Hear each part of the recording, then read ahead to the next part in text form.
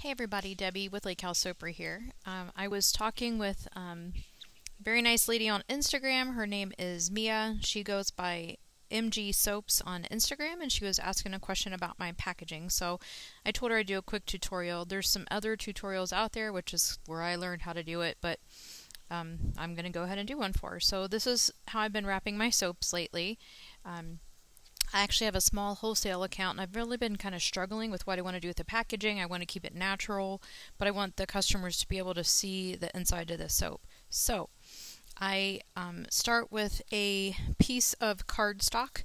I got this cardstock, Kraft Smooth cardstock. There's 50 sheets. I got this from Walmart. I think it was $4.99. So one piece of cardstock gets cut right down the middle. So you start with your piece of cardstock. You cut it right down the middle. It's 8 1/2, so right down the middle would be 4 1/4 and 4 1/4. So there you go, 4 1/4, 4 1/4. You can set one of them to the side, and I know for my soaps, the measurements of my soaps, the sides of them, in order to kind of make this part right here on the sides, I know that I need a I need, yeah, a little bit less. Oh no. Let me check my measurements. Let's see. Haha, sorry Mia. I thought I was so ready, but I'm so not. I need a little bit, what is that? So that's 1, 2, 3/8 of a border. So this is a scoring tool, a Martha Stewart scoring tool. You don't need one. You could use a ruler and then just use, I'm using a mechanical pencil without the lead up, and you could just use your ruler and make a scoring line to help you fold. So anyway, I'm going to use this Martha Stewart scoring tool because I have it. So I'm going to start at the 3/8 mark, and I'm just going to score it all the way down the long side. And then I'm going to flip it and score this side at the 3/8 inch mark. So that when these are folded up, that'll make this little part right here. So then to figure out where I need the folds in the middle to be to kind of make the bag, you use your soap. So I'm going to use a piece of my Fisherman's soap. I'm going to line the soap up with the end of the piece of paper, just like that. And then I'm going to make a fold up to the end of the soap. So that's right about there. And then I'm going to just fold it. And make it a crisp fold if you can. You can use a scissor or just something that you could run along the edge there. So then I'm going to open it back up. I'm going to take my piece of soap again, line it up here, bring it up to the soap, and make another crisp fold. That's it. Now you have this little situation like a tent. So in order to get the fold piece of it so that it goes in like this and holds the soap, you're just going to fold it. So your score lines that you made, just going to fold them in, give them a nice crisp fold, flip it, do it on the other side. And this part might be kind of hard to see on video, but what you're going to do is you're going to make a box pleat. So you kind of want to take this end and fold it over, and where this crease is, might be kind of hard to see. So that's the crease you made. You're just going to tent it like that and fold it. And I'll do that again.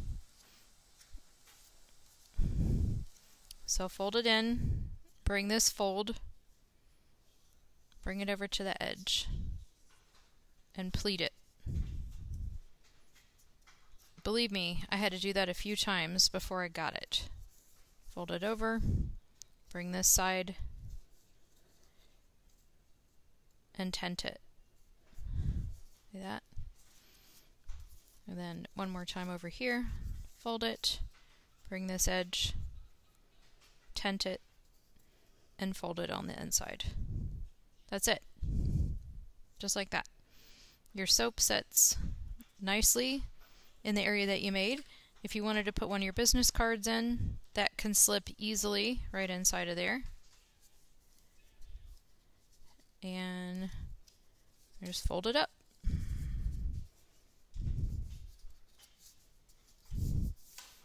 Just like that. And then you take your 2-hole punch. My 2-hole punch happens to be a giant crocodile. I'm a crafter, so I have a lot of these tools already. So I'm going to pinch it together on the top here. And I'm going to come down a little ways and kind of do 2 punches here. I usually do this without the soap in it, but that's alright. This is just for practice. So here.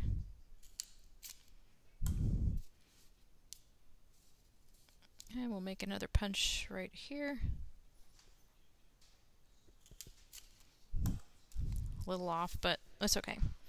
And then I have a couple of different options. I use a twine. I get this twine on a huge roll at the dollar store, and I cut roughly 14 inches of it, and that's enough to bring through and tie in a bow. But you can also dress up your packaging if you want it to. Again, I'm a crafter, so I already have a lot of this stuff, but you know, if you wanted to, you know, do something, your set maybe was a little fancier. These beads came from Hobby Lobby. I got them on sale in the wedding section.